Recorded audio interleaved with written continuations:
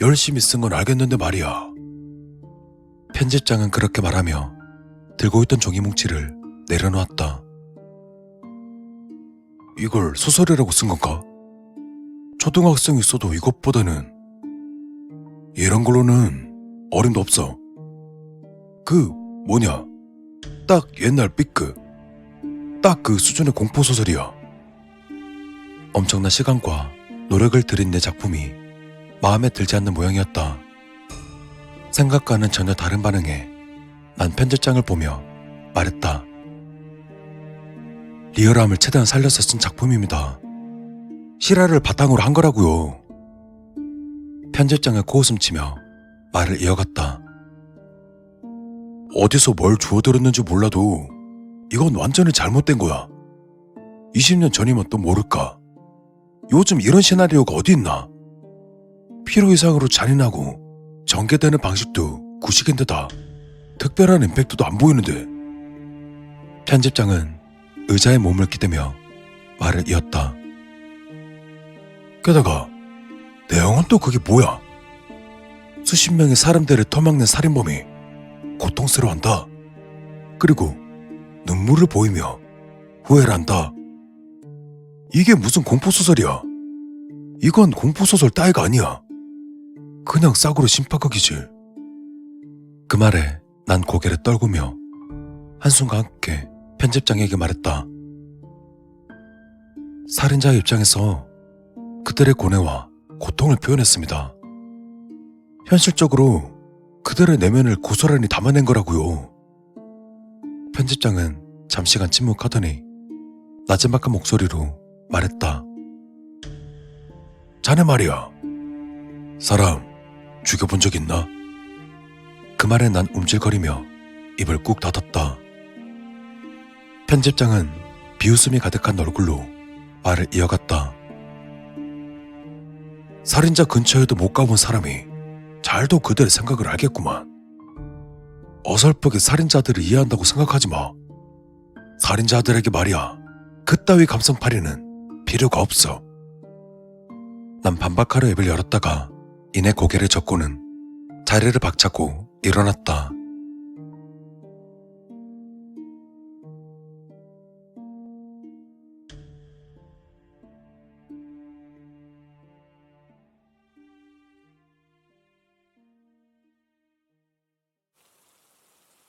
난 한숨을 뱉어내며 집으로 돌아와 신경질적으로 가방을 집어던졌다.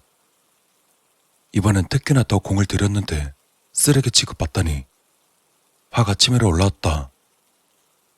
어릴 때부터 최고의 공포 소설을 쓰는 게 꿈이었다. 또 처음부터 다시 시작해야 하는 걸까? 난 답답함에 소파에 털썩 주저앉아 눈을 비비며 한숨을 뱉어냈다. 그리고는 편집장의 말을 차근차근 떠올리던 나는 문득 웃음이 나왔다. 뭐? 살인자 근처에도 가본 적 없다고? 병신 새끼. 그때 방 안에서 목소리가 들려왔다. 형이야? 어릴 때 심각한 화상을 입은 동생은 오래전부터 나와 함께 살고 있다. 흉측한 얼굴 탓에 취직도 결혼도 어려워 내 도움 없인 살기 힘든 처지지만 내 말은 무조건 들어주는 착한 동생이었다. 마스크로 상처를 가린 동생을 바라봤다. 시체는 잘 치웠어? 내 말에 동생은 두려운 눈빛으로 작게 고개를 끄덕였다. 잘했어. 당분간은 조용히 지내는 게 좋겠는데. 그리고 한 달쯤 뒤부터 다시 시작하자. 내 말에 동생은 당장이라도 눈물이 쏟아질 것 같은 눈빛이었다. 또? 이번이 마지막이라고 했잖아. 난 고개를 저으며 말했다. 딱 한 번만 더 해보자. 네가 느끼지 못한 무언가가 있을 거야. 내면에서 느껴지는 그 감정에 좀 더 집중해봐. 그리고 나한테 자세히 말해주고. 이번이 진짜 마지막이야. 자리에 주저앉아 흐느끼는 동생에게서 고개를 돌렸다. 그리고는 다시 생각에 잠겼다. 사람을 죽여 본 적 있냐는 편집장의 말. 정말 멍청한 말인 것 같다. 내가 직접 사람을 죽일 필요는 없다. 그저 펄펄 끓는 기름을 동생에게 뿌린 것만으로 충분하다.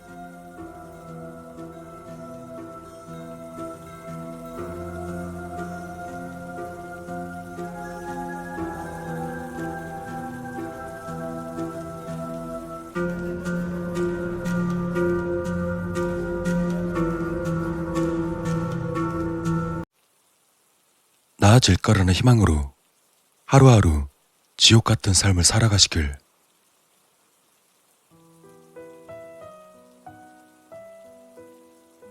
태양은 강하게 내리쬐고 있었다. 보통 사람이라면 찌는 듯한 더위로 불쾌지수가 올라갈 법한 날씨였다. 하지만 6년 만에 바깥 공기를 마시는 상준의 입장에선 여간 따사로운 것이 아니었다. 상준은 주위를 한번 휙 돌아보더니 눈을 감고 팔을 벌리고서 하늘을 바라봤다. 오랜만이다. 교도소에 수감된 지 어언 6년이 지났다.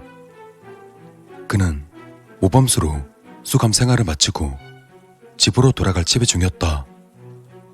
어엿한 사회인이 된다는 생각에 상준은 들뜨기도 했지만 한편으론 끝을 맺지 못한 매듭이 자꾸만 맘에 거슬렸다.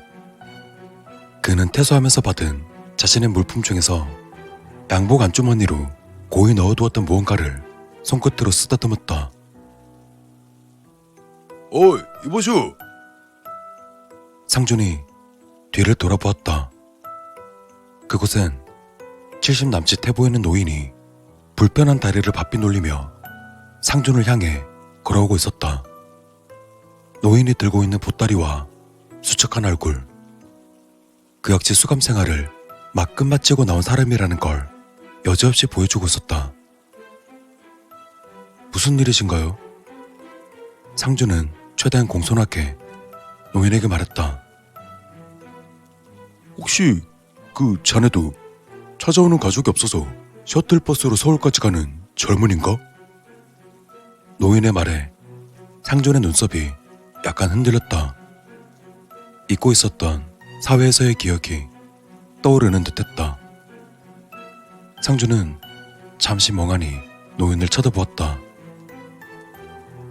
예, 맞습니다. 참 잘 됐구만.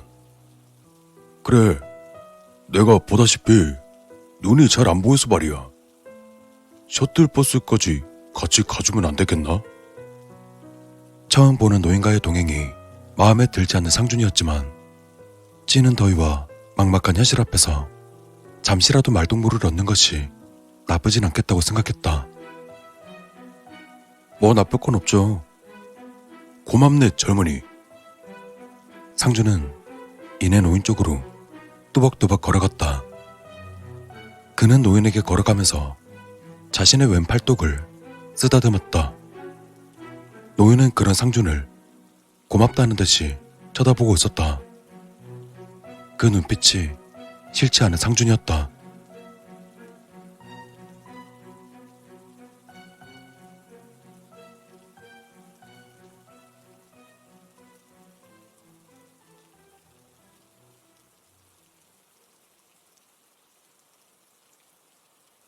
셔틀버스는 상당히 작은 크기였다. 교도소라고 하면 창살이 박힌 커다란 버스나 이리저리 상처난 지저분한 버스를 생각하기 쉬웠지만 웬일인지 시내에 자주 굴러다니는 소형 셔틀버스 한 대가 우두커니 서 있었다. 생각보다 작네요. 그렇지. 죄다 가족들과 함께 집으로 가니 당연히 그렇겠지. 우리 같은 쓰레기를 모시는데 세금을 쓸 수 없지 않은가? 뭐, 그것도 그러네요. 못마땅하다는 듯 버스를 째려보는 상준의 앞으로 노인이 지나갔다. 노인은 자신의 두 발을 버스에 올리고서 어서 따라오라는 듯 상준을 바라봤다. 상주는 고개를 내젓고는 셔틀버스에 올라탔다. 셔틀버스의 내부는 생각보다 깔끔하게 정리되어 있었다. 그래서인지 아까의 불쾌함이 조금은 누그라지는 상준이었다. 상준은 의뢰 그렇듯 셔틀버스의 맨 뒤에서 한두 칸 정도 앞에 앉았다. 도로가 환하게 보이는 앞쪽의 자리는 너무나 뻥 뚫린 듯 했다. 맨 뒷자리는 사람들의 시선을 어쩔 수 없이 받는 곳이기 때문에 버스를 탈 때의 상주는 항상 뒤에서 한두 칸 정도 앞자리를 선호했다. 그렇게 상준의 옆자리로 노인이 털썩 주저앉았다. 같이 앉으시게요? 내키지 않는가? 나한테서 늙은이 냄새 나나보네. 썩 내키진 않았지만 웃는 얼굴에 침 못 뱉는 법이라고 상주는 웃어 보이는 노인에게 잇몸을 씩 드러내 보이고는 창가에 시선을 맞추었다. 창문으로 보이는 자신의 얼굴이 왠지 모르게 슬퍼 보여서 상주는 소매로 창문을 두어 번 닦아내었다. 하지만 닦이는 것은 먼지뿐이었다. 상준의 얼굴은 여전히 슬퍼 보였다. 다 탔으면 출발할 테니 움직이지 마쇼. 버스 기사의 우렁차 소리를 들으며 셔틀버스가 요란하게 흔들렸다. 상준은 아직도 창문에 비친 자신의 얼굴을 소매로 닦아내고 있었다. 노인은 그러한 상준을 말없이 바라보고 있었다.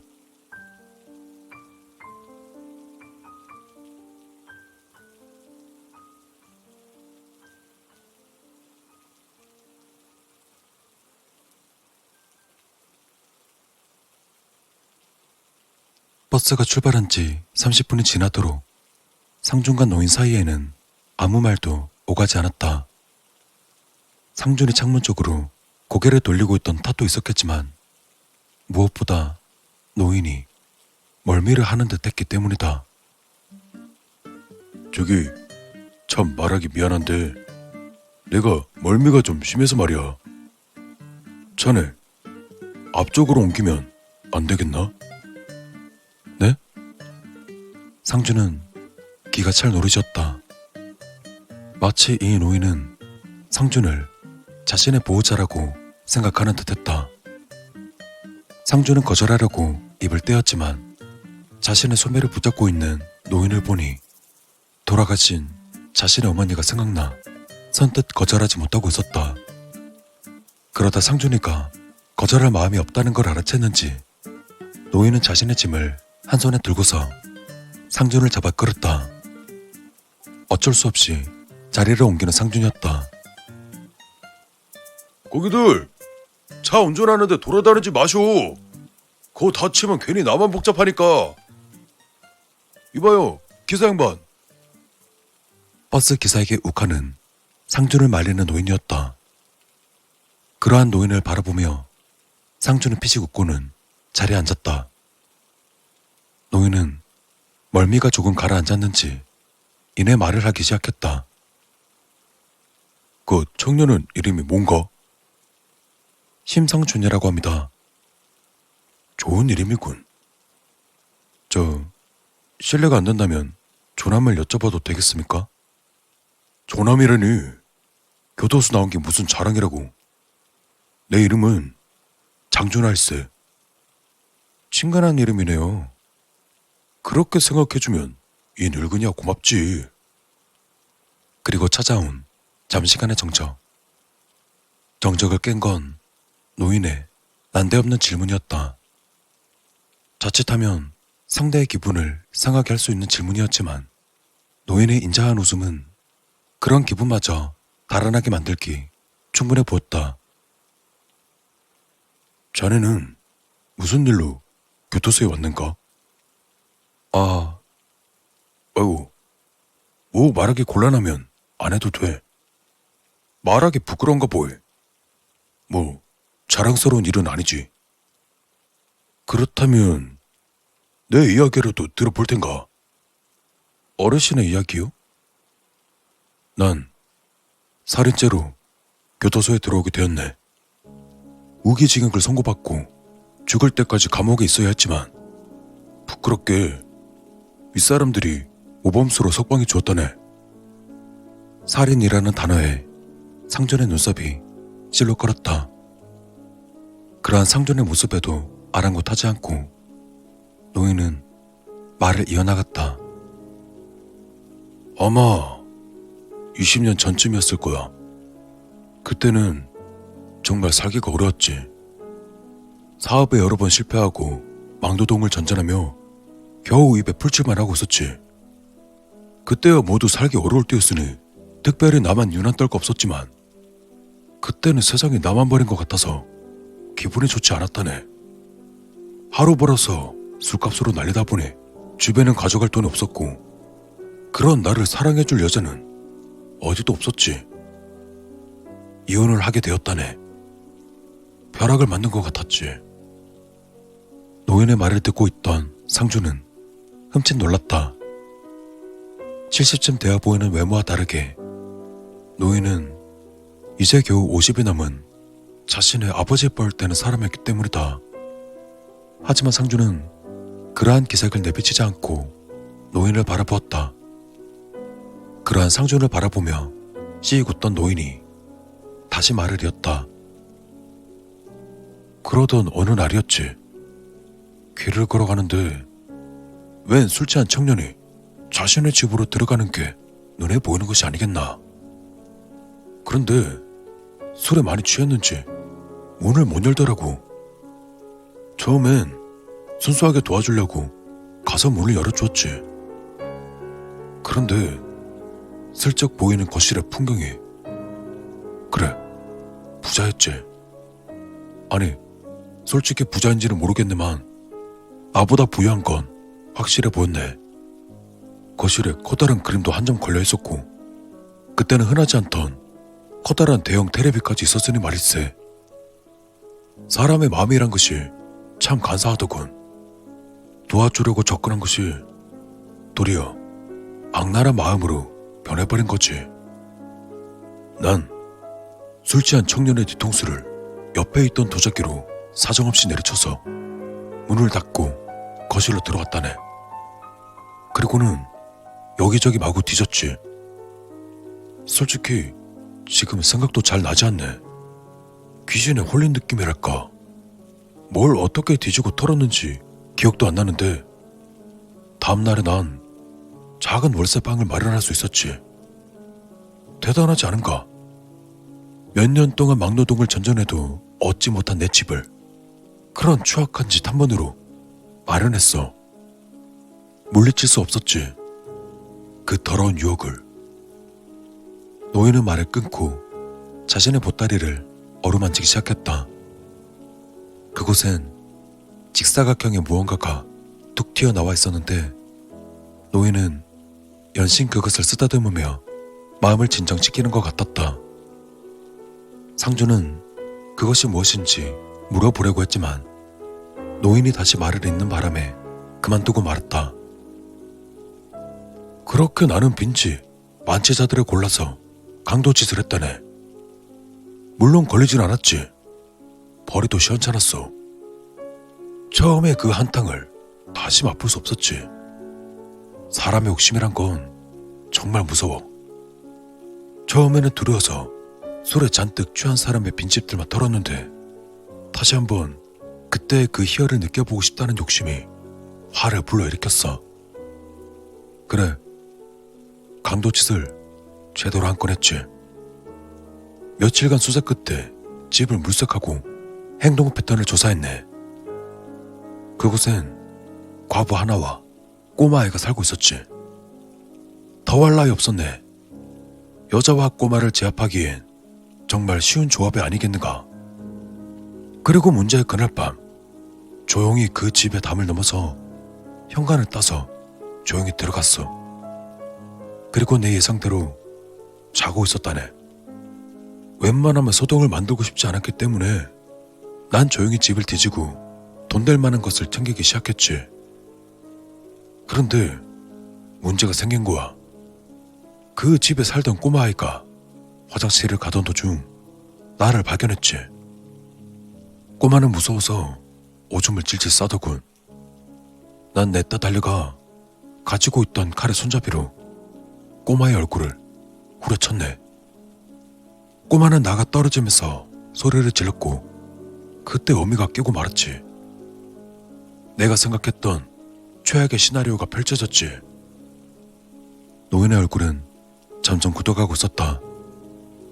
그와 동시 상준의 눈동자도 흔들리고 있었다. 상준은 자신의 왼팔을 연신 쓰다듬으며 노인을 바라보고 있었다. 그 꼬마는 어미의 등 뒤로 숨어버렸지. 나는 말했다네. 조용히 안 하면 다 죽여버린다고. 하지만 솔직히 말하면 죽일 용기가 나지 않았다네. 난 그렇게 모진 사람이 못 되거든. 어미도 그걸 눈치챈 모양인지 꽤나 세게 났어. 내가 초범이라는 걸 눈치챈 모양이더라고. 용감한 여자였다네. 한 손으로 자신의 자식을 감싸면서 다른 한 손으로 연신 바닥을 더듬거리며 무언가를 찾는 듯 했지. 물론 그 당시에는 그게 뭔지 몰랐다네. 나중에 생각해보니 그랬던 것 같아. 어쨌든 나와 그 어미는 그렇게 대치 상태로 서 있었다네. 그러다 벼랑간 그 어미가 나에게 무언가를 던지더군. 나는 그것을 한쪽 눈에 정통으로 맞아버렸지. 조그마한 은장도였네.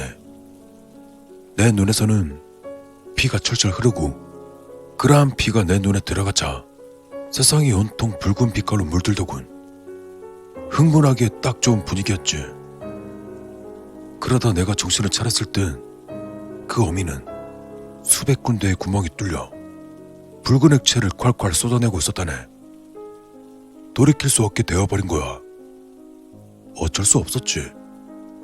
나는 어서 그 자리를 벗어나야겠다는 생각에 창문으로 도망가려 했어. 그런데 그때 시체 뒤에서 뭔가가 바사락거리는 것이 아니겠는가. 그때 불현듯 뭔가가 떠올랐지. 내 새끼가 있었구나. 나는 냅다 어미의 시체를 발로 걷어찼다네. 그 뒤에 아까 그 꼬마가 바들바들 떨고 있더군. 나는 들고 있던 칼을 꼬마에게 휘둘렀다네. 그 기세에 꼬마의 왼팔은 길다란 상처가 났고 피가 철철 흘렀다네. 꼬마는 내 발로 기어서 도망갔고 나는 그런 꼬마를 바라보며 칼을 들었지. 그리고 그때 꼬마와 눈이 마주쳐 버렸어. 그 꼬만 두려움 가득 찬 눈으로 나를 바라보고 있었지. 눈으로 눈물이 어려 있었지. 난 어미의 시체를 바라보았어. 그리고는 꼬마를 바라보았다네. 한순간 죄책감이 몰려왔지. 난 꼬마에게 말했어. 꼬마야, 미안하게 되었다. 사과의 의미로 죽이진 않을 거다. 조용히 살거라. 정말 더러워서 못 살겠거든. 나한테 복수하기 위해서라도 꼭 살거라. 그리 말하고는 도망치듯 그곳을 나왔다네. 노인은 한숨을 푹 내쉬었다. 그러는 와중에도 노인은 직사각형의 무언가를 쓰다듬고 있었다. 상준 역시 노인을 바라보며 양복 안주머니에 있는 무언가를 계속해서 쓰다듬고 있었다.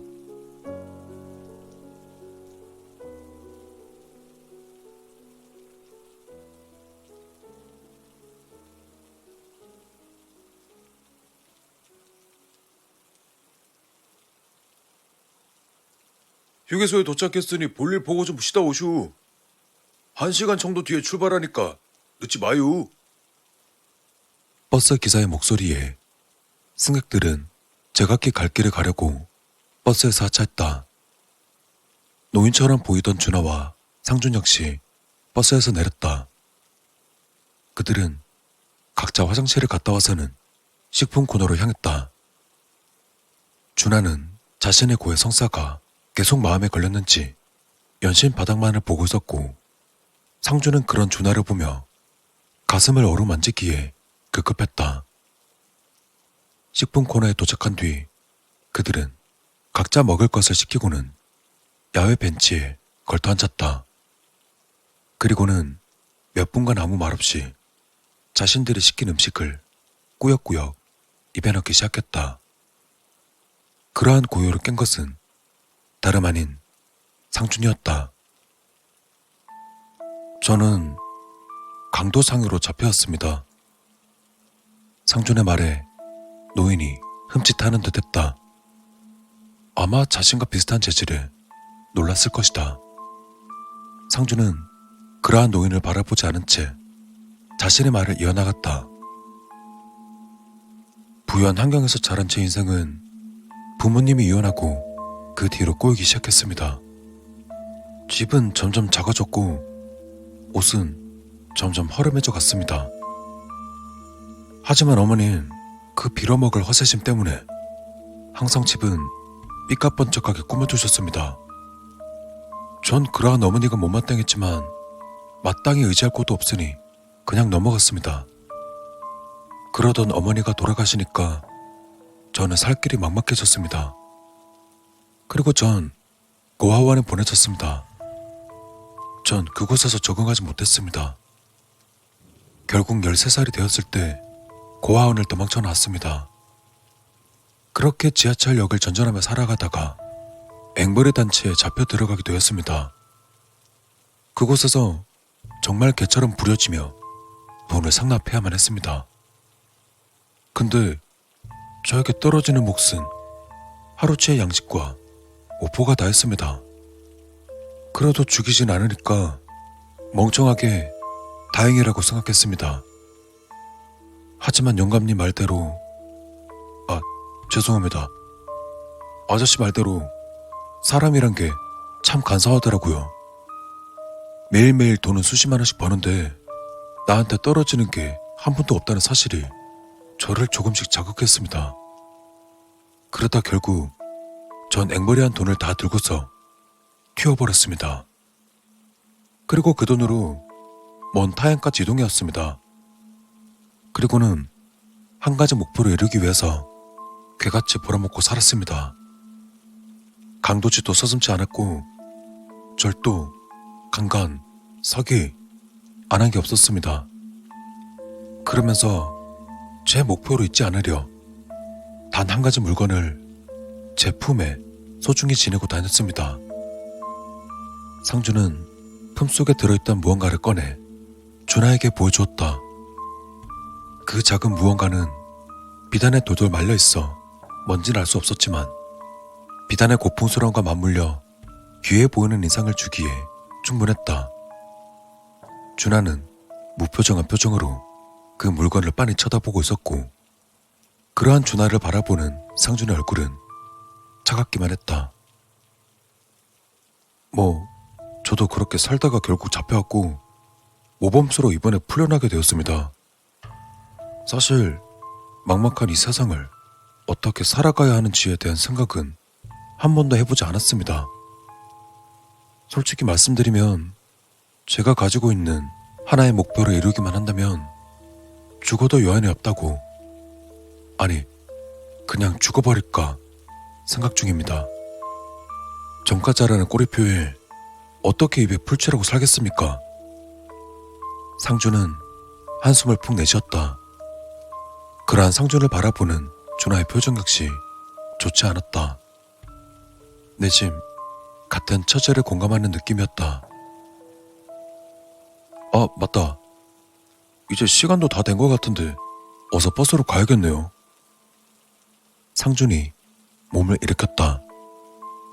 그는 자신의 왼팔을 연신 쓸어내리며 걸어가기 시작했고 준하는 그 뒤를 따랐다. 저기 하나만 물어봐도 되겠나? 뭐든지요. 그 팔 왜 자꾸 쓰다듬지? 아까부터 자꾸 긁던데. 이거요? 별거 아니에요. 상처가 하나 있는데 오늘따라 자꾸 따갑네요.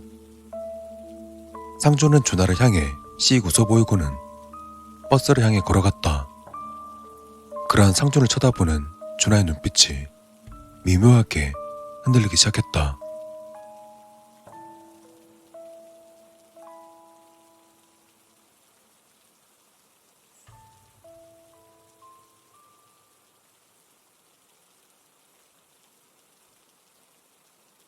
버스는 서울을 향해서 또다시 긴 여정을 시작했다. 버스가 출발하는 동안, 그리고 서울로 향하는 내내 두 사람은 아무 말도 않은 채 창밖을 바라보았다. 아까와는 다른 분위기에 준하와 상주는 거부감이 들긴 했지만 서로가 말하기를 꺼려하는 탓이었다. 그렇게 둘은 아무 말도 나누지 않았다. 이따금씩 가끔 팔을 쓰다듬는 상준을 쳐다보며 한숨을 내쉬는 준하의 모습이 그들의 의사소통이었다. 그러다 어느덧 버스는 동서울 터미널에 도착했다. 둘은 약속이라도 한 듯 화장실로 향했다.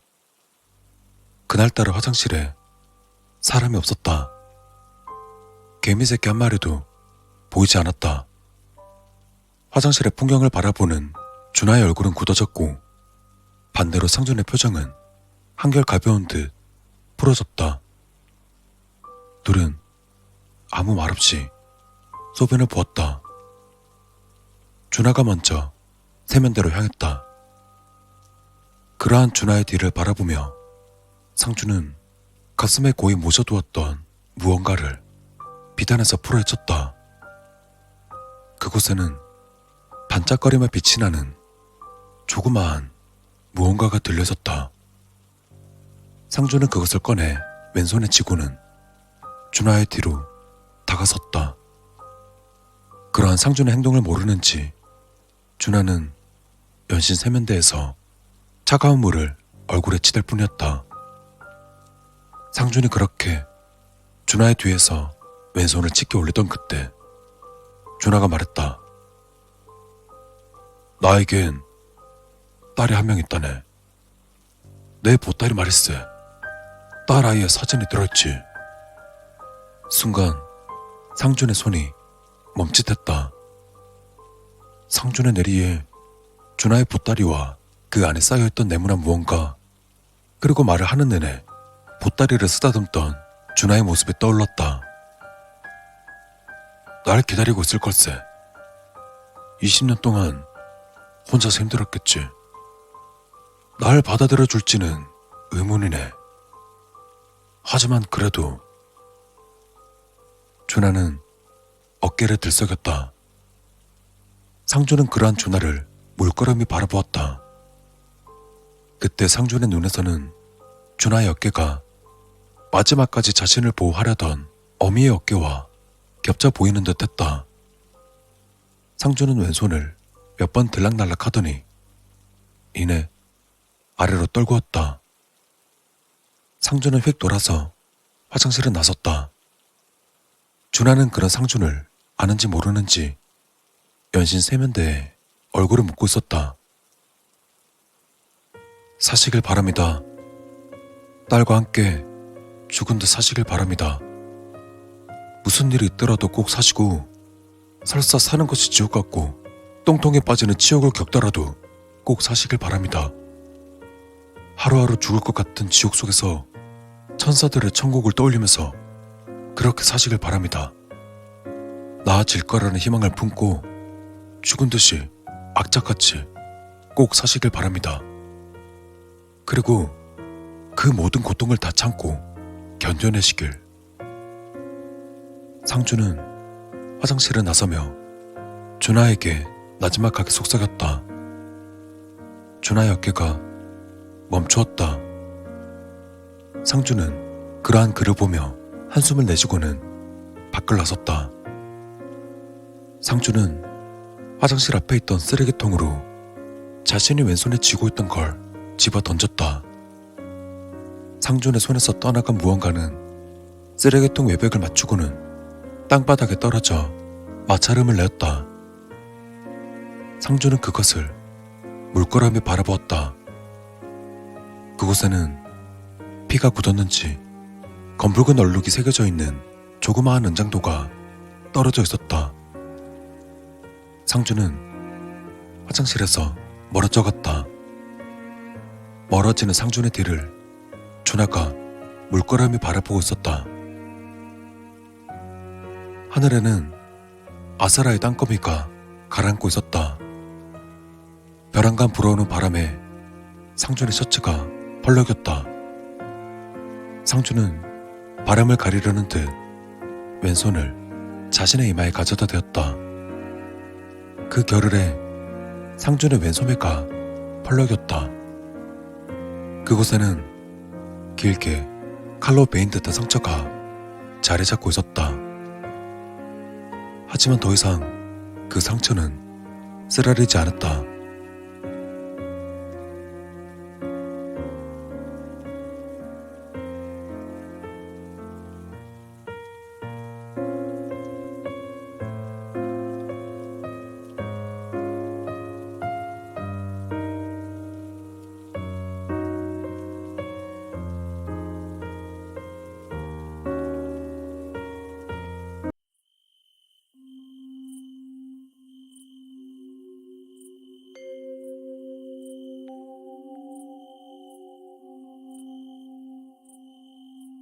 그날은 유독 더운 날이었다. 난 오랜만에 친구들과 계곡으로 가게 되었다.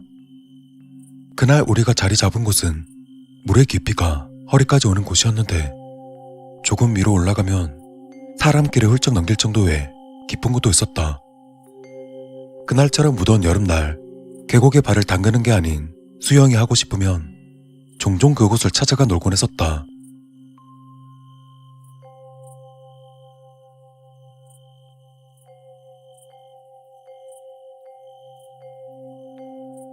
우린 시간이 가는 줄 모르고 계곡에서 놀다 보니 어느덧 해는 지고 있었다. 그쯤에 우린 불을 피워놓고 삼겹살을 구우며 소주를 마셨다. 오, 배부르다. 우리 이제 맥주 마실까? 친구 녀석의 말을 시작으로 모닥불 주변에 둘러앉아 분위기를 잡기 시작했다. 친구들의 담소와 각자 앞에 놓인 캔맥주는 정말 환상의 궁합이었다. 그렇게 우린 취기가 한창 오르고 있었다. 남자들이 술 한잔 들어가면 용기랑 허세가 상당히 심해지잖아. 그중 가장 취기가 먼저 오른 그 녀석의 제안으로 담력 시험 비슷한 걸 해보기로 했다. 룰은 간단했다. 한 사람이 지시를 내리면 한 사람은 그 지시를 실행하는 것. 또한 모두가 지시를 내리고 모두가 그 지시를 실행하는 것.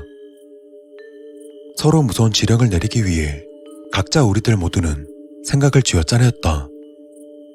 숲에 들어가서 눈을 감고 숫자 100까지 세고 온다던가 어두운 산길을 혼자 다녀온다던가.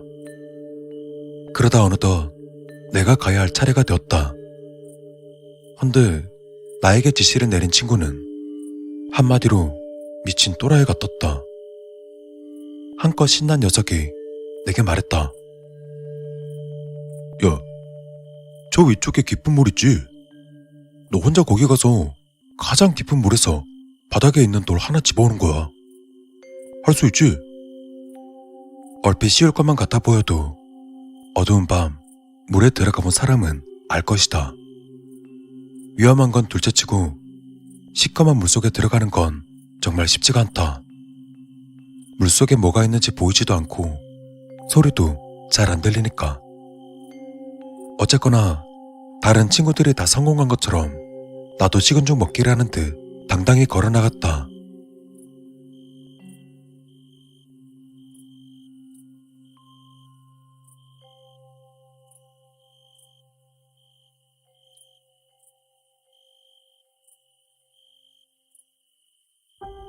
손전등 하나 없이 간신히 목적지에 도착했다. 가는 길 주변은 특히나 더 어두웠다.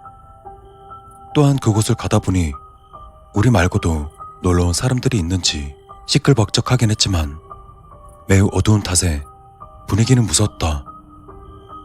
그래도 수영은 자신 있으니 눈 딱 감고 물에 들어가 얼른 돌만 주워오기로 했다. 난 한숨을 뱉어내고서 물속으로 천천히 걸어 들어갔다. 수면은 완전히 새까매서 아무것도 보이지 않았다. 물속으로 뭔가 있는 것 같은 느낌이 강하게 들었고 그것이 날 미치게 만들었다.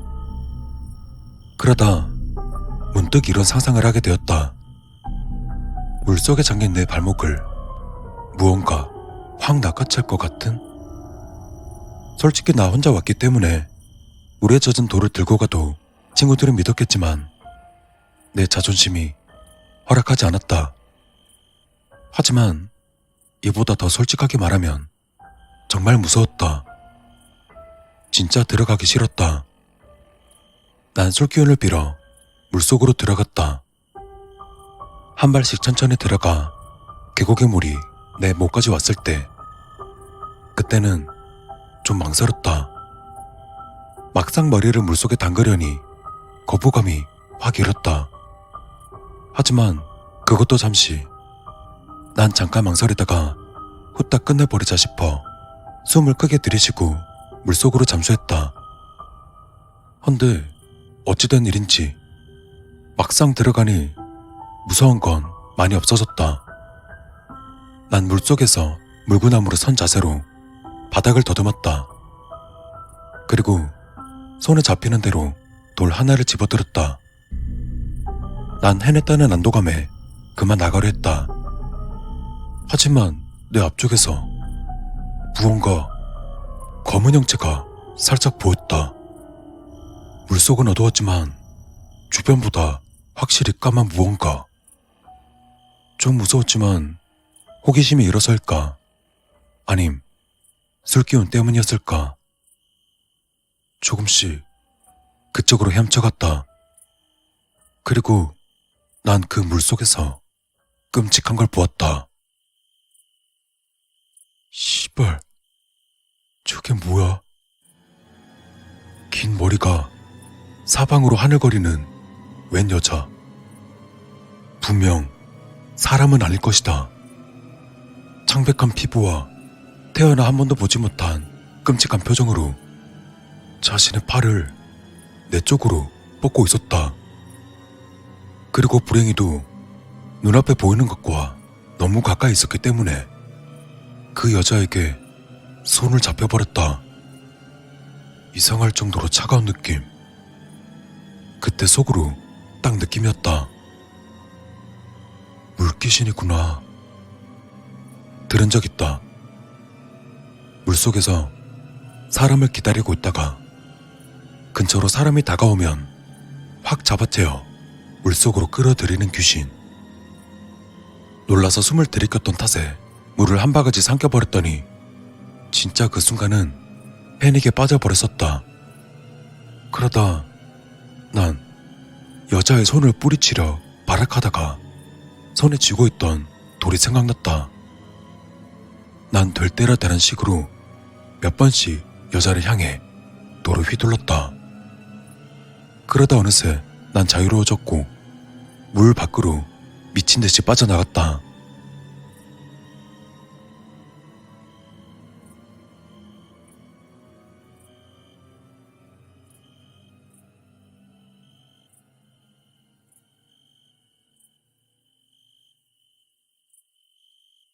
텐트까지 거의 구르다시피 뛰어갔다.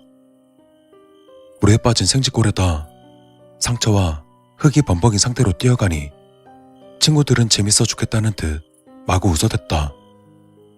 난 도저히 웃을 수 없었는데 말이다. 상황 설명할 기운도 없이 슬쩍 돌만 보여주었다. 헌데 친구들은 돌이 중요한 게 아닌지 자세히 보지 않았다. 그러다 이내 한 명, 두 명 그렇게 표정이 굳어져 가는데 난 자리에 주저앉아 내 손을 바라봤다. 손에 깍 쥐고 있는 돌멩이. 그런데 그 돌에 무언가 붙어 있었다. 까끌까끌한 그 돌에 붙어 있는 긴 머리카락들. 아니야. 난 그제서야 어떻게 된 상황인지 알게 되었다.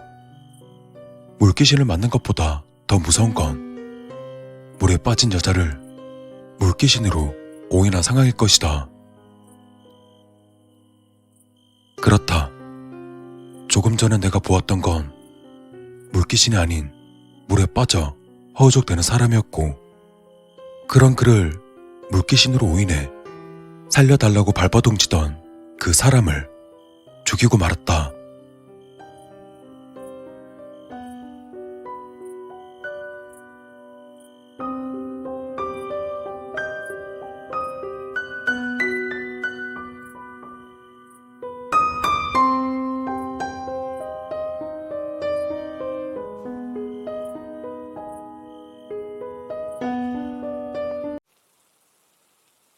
오늘의 영상은 실제로 있었던 사건이 아닌 픽션입니다.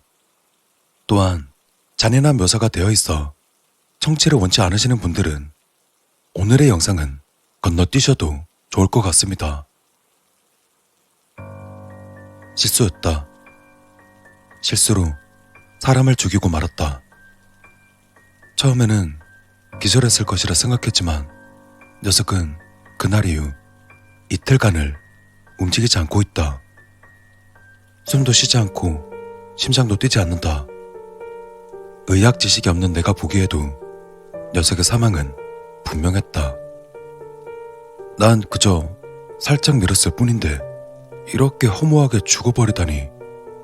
이제 난 덕분에 살인자가 되었다.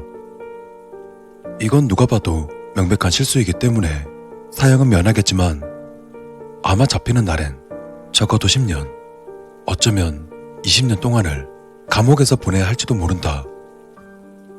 인생에서 가장 빛나는 20대와 30대를 감옥에서 보낼 판이었다. 난 그러고 싶은 생각이 전혀 없었다.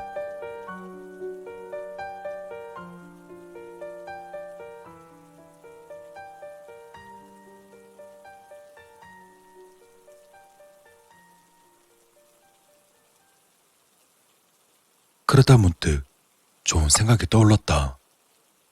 쟤 아무리 살인을 저질렀다 해도 증거가 없다면 어쩔 것인가? 처벌을 할래야 할 수 없게 만들면 되는 것이다. 일단 그러기 위해선 더럽고 냄새나는 이 시체를 우선적으로 처리해야 한다.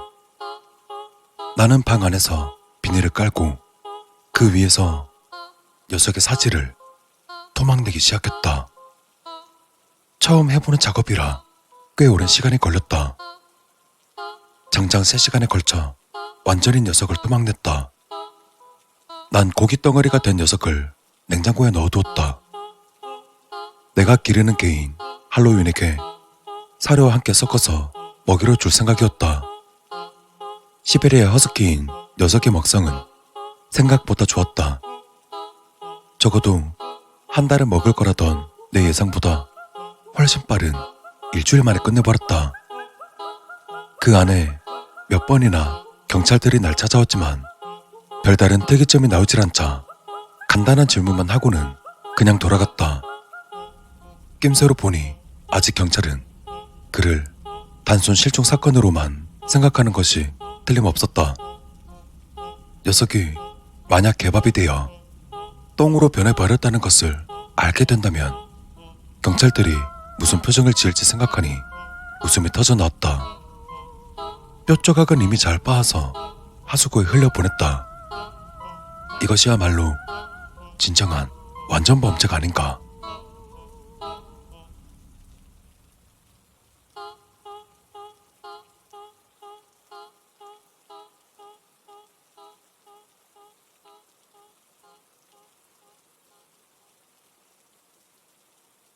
며칠 몇 달이 지났지만 모든 것이 잠잠했다.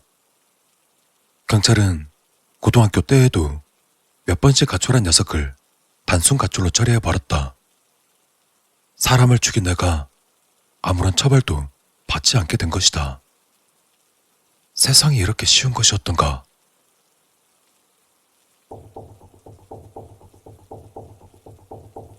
마당에서 할로윈이 숨을 헐떡거리며 나를 향해 살랑살랑 꼬리를 흔들어 대었다. 난 이번 일의 공로자인 할로윈을 격려하기 위해서 마당으로 나갔다. 녀석은 신나서 더욱 세차게 꼬리를 흔들어댔다. 난 흐뭇하게 웃으며 녀석을 몇 번 쓰다듬어 주었다. 할로윈은 내 얼굴을 혓바닥으로 마구 핥아댔다. 평소였다면 호통을 쳤겠지만 이번만큼은 봐주기로 했다. 그때였다. 내 얼굴을 핥아대던 할로윈이 갑자기 내 목을 덥석 물어뜯었다. 어찌나 무는 힘이 강한지 성대가 그대로 뜯겨나가 버렸다. 덕분에 난 비명도 지르지 못한 채 그 자리에서 고꾸라지고 말았다. 입가에 묻은 피를 핥아대며 할로윈이 날 뜯어먹기 시작했다. 방금 전까지만 해도 모든 것이 완벽했다. 난 사람을 죽였지만 아무런 처벌도 받지 않았던 것이다. 다만 지금의 난 한 가지 실수를 하고 말았다. 그건 사람 고기의 맛을 알게 된 개새끼를.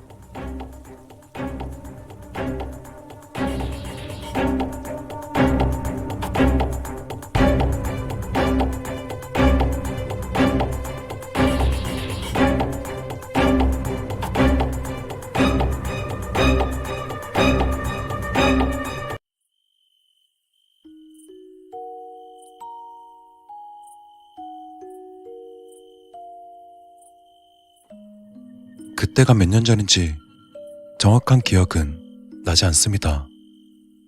당신은 지금처럼 꽤 더웠었고 선풍기를 틀어놓은 채 잠이 든 기억이 있기 때문에 여름이었던 것만은 확실히 기억합니다.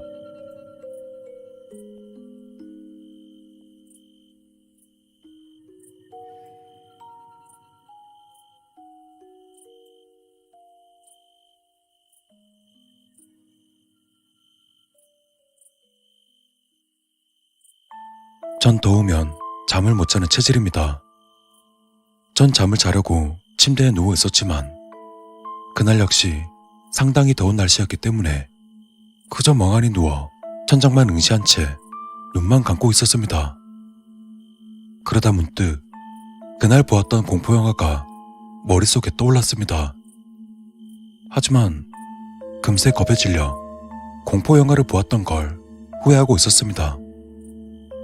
여름밤에는 뭐라 말로 하기 힘든 이상한 분위기가 있잖아요. 그 탓인지 잠깐 스치듯 생각했던 것뿐인데도 평소보다 훨씬 무서웠습니다. 어찌됐든 잠을 자면 되겠거니 하는 마음에 눈을 질끈 감고 잠을 자려 집중했습니다. 하지만 당연하게 한껏 의식해서 잠을 자려 한다면 오히려 잠에 들기 어렵습니다. 그래서 그저 아무 생각 없이 귓가에 들려오는 선풍기 소리만 귀를 기울이고 있었습니다. 그러던 도중 갑자기 창밖에서 아기 울음소리가 들려왔습니다. 아기는 잠을 자다 깼나 싶어 아무 생각 없이 창밖으로 시선을 돌렸습니다. 하지만 창밖으로 보이는 집들 중 불이 켜져 있는 집은 한 곳도 없었습니다. 또한 창밖에서 들려오던 아기의 울음소리도 들리지 않았습니다. 전 이상하다 싶어 고개를 갸웃거리며 다시 침대에 누웠습니다. 헌데 울음소리가 다시 들려오기 시작합니다. 그리고 이내 저는 깨닫고 말았습니다. 아기의 울음소리가 창밖에서 들려오는 게 아닌 방 안에서 들린다는 것을. 아니, 방 안에서 들린다기보다는 마치 머릿속에서 울려 퍼지는 느낌이었습니다. 뭐가 어찌됐든 아기의 울음소리는 제 머릿속에 울리는 소리였고 제게만 들리는 것 같았습니다. 이런 상황이 처음이었던 저였지만 지금 이 상태는 왠지 위험할 것 같다는 생각이 들었습니다. 그리고 잠시 뒤 그걸 알아차린 순간부터 제 발목에서 무게감이 느껴지기 시작합니다. 딱 아기 몸무게 정도의 무게였습니다. 그걸 알아차리자 몸이 경직되면서 선풍기 소리마저 들리지 않게 되었습니다. 전 큰일 났다는 생각뿐이었습니다. 마치 가위에 눌린 것 마냥 몸이 굳어버려 할 수 있는 거라곤 눈을 감는 것뿐이었습니다.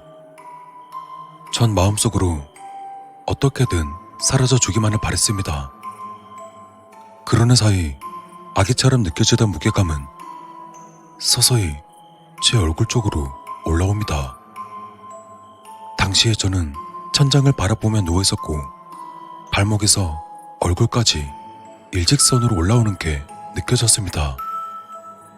만약 얼굴까지 올라오면 어쩌나 도대체 언제 끝나는 걸까 하는 생각으로 제 머릿속은 매우 혼란스러웠습니다. 그러다 아기의 무게감이 배꼽 주변에서 딱 멈추었습니다. 그리곤 얼마간의 시간이 흘렀습니다. 이제 사라지는 걸까? 그렇게 생각하며 안장을 되찾을 무렵이었습니다. 그때였습니다. 갑자기 제 배를 누군가 때리는 것처럼 강한 통증이 찾아옵니다.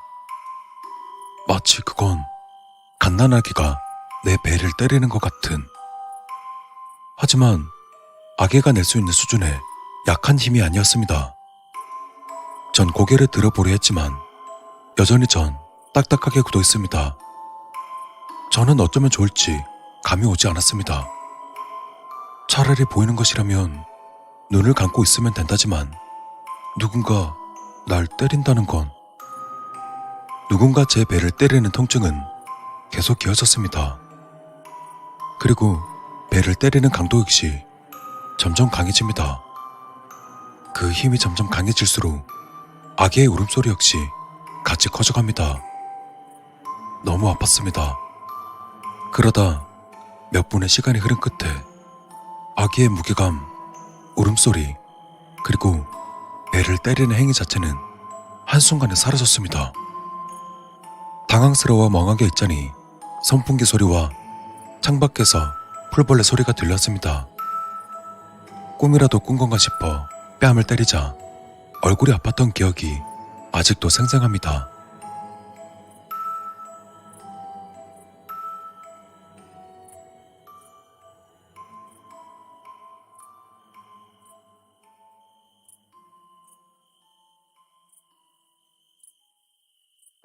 저는 제가 겪었던 일을 친구에게 털어놓았습니다. 그러자 친구는 매우 진지한 표정으로 제게 이렇게 물었습니다. 혹시 가족 중에 누가 유산하거나 낙태한 적 있어? 전 엄청 놀랐습니다. 가족 말고는 다른 사람에게 한 번도 꺼내지 않은 이야기지만 우리 어머니와 친언니가 유산과 낙태를 경험했기 때문입니다. 어머니와 언니는 당시에 몹시도 슬퍼했었습니다. 전 친구에게 물었습니다. 근데 너 어떻게 그걸 알게 된 거니? 아니야, 알았다고 해야 할까? 아마 그때 태어나지 못한 아이 같아. 그 이야기를 듣자 그 존재를 무서워했던 제 자신에게 크게 후회했습니다. 분명히 태어나지 못한 아이가 가족을 찾아왔던 거겠죠. 그런 아이를 제 멋대로 무섭다고 느꼈던 것입니다. 아마 외롭고 슬펐던 거겠지. 태어나지 못했던 게. 그랬을 거야. 친구의 말에 그대로 고개를 끄덕였습니다. 하지만 뒤이은 친구의 말에 온몸에 소름이 끼치고 말았습니다. 그래서 너한테 대신 나와달라고 안에 들어가고 싶다고 배를 찢으려 했던 게 아닐까?